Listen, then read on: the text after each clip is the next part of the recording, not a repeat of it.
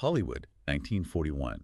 Beneath all that glamour, something really surprising was happening. You had this huge movie star captivating everyone on screen. And also this composer, quite avant-garde. People called him the bad boy of music.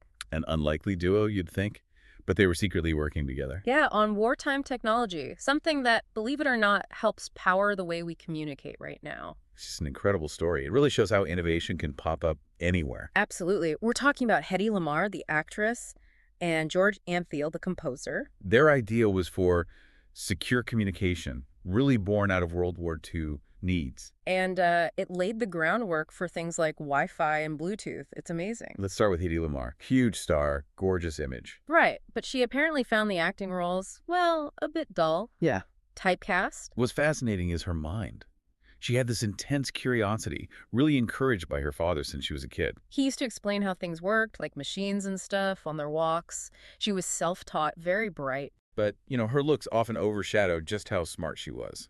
And then there's her first marriage. Kind of a dark twist, but it fueled her interest in invention. She was married to an Austrian arms dealer. Yeah, and through that, she was exposed to all these high-level discussions about weapons, military tech. And she picked up on something critical. She did. She overheard talk about how vulnerable radio-controlled torpedoes were, specifically to jamming. Ah, right. If the enemy could just flood the frequency, the torpedo goes off course. Exactly, a huge weakness. And that problem really stuck with her. So she's thinking about this, and then she meets George Antheil. Right, the composer.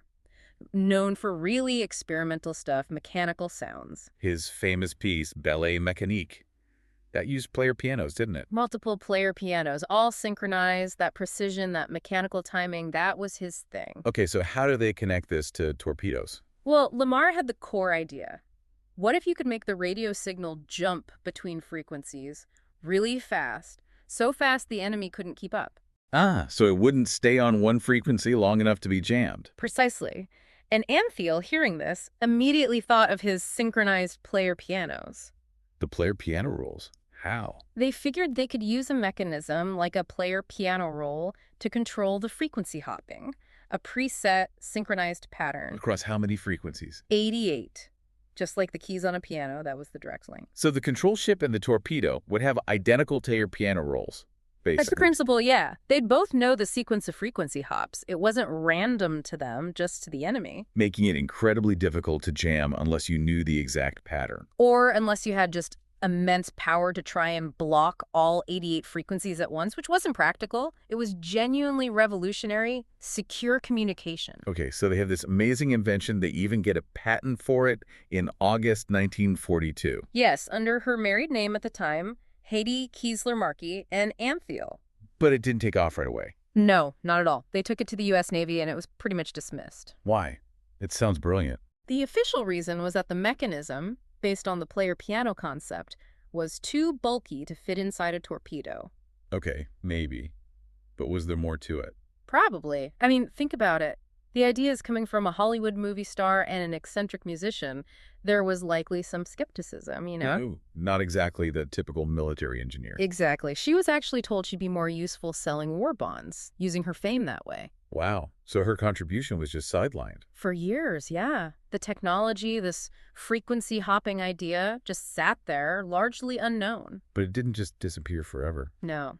Decades later, the core principle, frequency hopping spread spectrum, was revisited, especially during the Cuban Missile Crisis, for secure military comms. And that's when it started finding its way into, well, everything. Pretty much.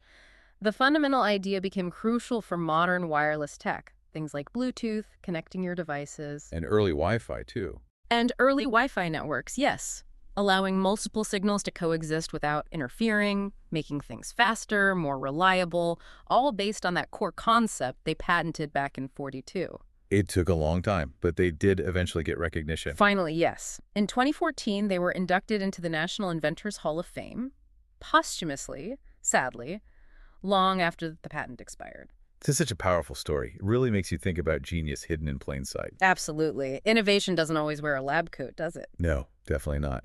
And it makes you wonder, what other brilliant ideas might be out there right now, maybe sitting dormant in fields we don't associate with high tech, just waiting for their moment.